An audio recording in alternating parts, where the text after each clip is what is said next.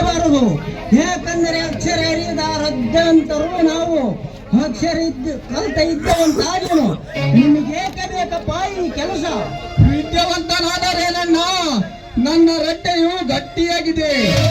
ಏಕೆಂದರೆ ಈ ಪ್ರಕಾಶ್ ಶ್ರಮಿ ಧರ್ಮವಂತ ಮುತ್ತಣ್ಣನ ತಮ್ಮ. ಹೌದಪ್ಪ, ದತ್ತಣ್ಣನ ಮಕ್ಕಳು ಧರ್ಮವಂತರು.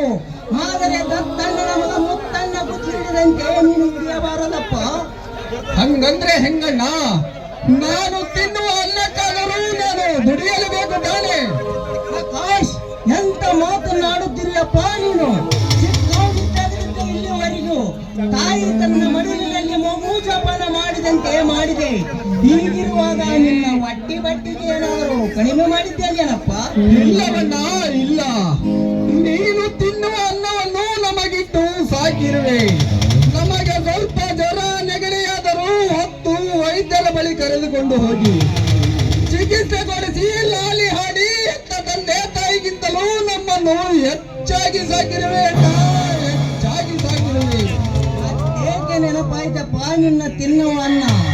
ಇಂಥ ಮಾತುಗಳನ್ನಾಡಿ ಈ ನನ್ನ ಜೀವಂತ ಇರುವವರೆಗೂ ಇಂಥ ಮಾತುಗಳನ್ನಾಡಿ ನನ್ನ ಮನಸ್ಸು ನೋಯಿಸಬೇಡಪ್ಪ. ಆಯ್ತಣ್ಣ, ನಿನ್ನ ಮನಸ್ಸು ಮಗುವಿಗಿಂತಲೂ ಮೃದು. ಆದರೆ ಒಂದು ಮಾತಣ್ಣ, ನನಗೆ ನೌಕರಿ ಸಿಕ್ಕ ಮೇಲೆ ನೀನು ಈ ರೀತಿ ಕಷ್ಟಪಡಬಾರದು. ಒಪ್ಪಿಗೆ ತಾನೆ? ಆಗಲ್ಲಪ್ಪ. ಸರಿ ಅಣ್ಣ, ಅಂದಾಗೆ ಅತ್ತಿಗೆ ಕಾಣುತ್ತಿಲ್ಲ, ಎಲ್ಲಿಗೆ ಹೋಗಿದ್ದಾರಣ್ಣ?